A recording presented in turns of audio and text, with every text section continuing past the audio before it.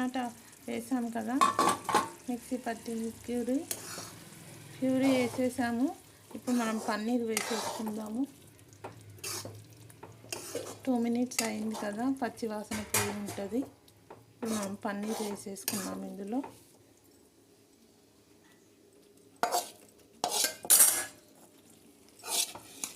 ఈ పన్నీర్ అంతా వేసేసుకుందాం.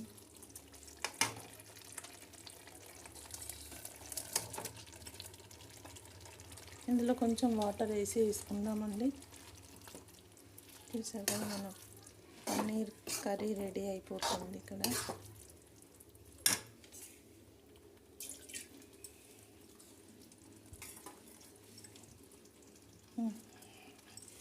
ఇందులో వేసేసాము. ఈ వాటర్ ఇందులో వేసేసుకోవాలి అంతే. కొంచెం కొత్తిమీర వేసుకోవాలండి.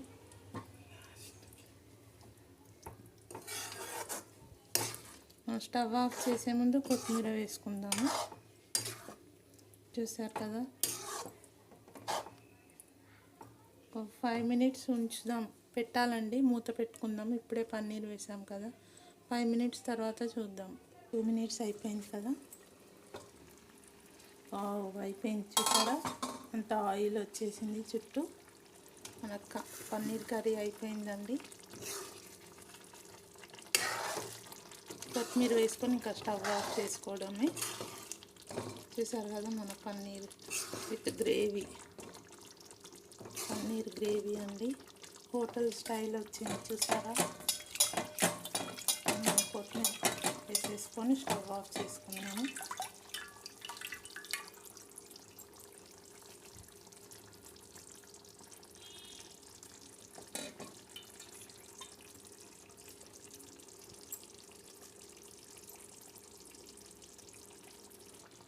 చూసారు కదండి, మన పన్నీర్లో కొత్తిమీర అన్నీ వేసేసుకున్నాము. స్టవ్ ఆఫ్ చేసేసుకుందాం. ఇంకా మన పన్నీర్ కర్రీ రెడీ అండి.